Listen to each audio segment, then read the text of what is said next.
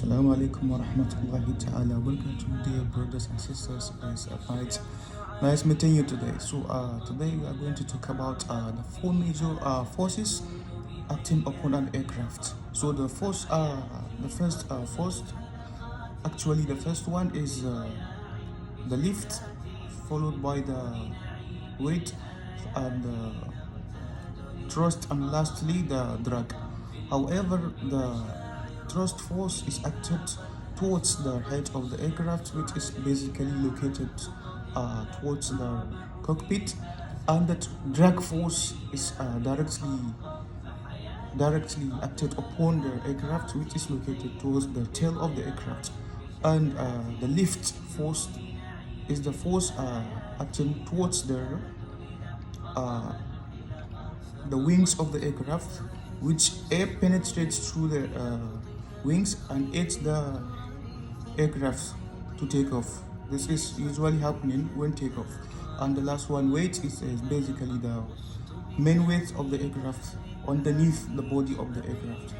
However, the use of this, the application of these forces, which is put forward by the Newton laws by Sir Isaac Newton, and it is also the main basic things that a pilot needs to know when handling an aircraft. However, when the thrust force is equal to the drag force, definitely the aircraft will maintain a constant speed.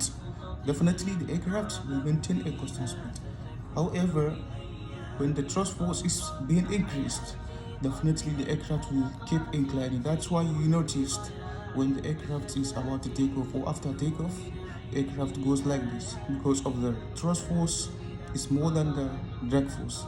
However, on the other way, if the drag force is more than the thrust force, the aircraft will decline, which is basically happening when landing and the rest.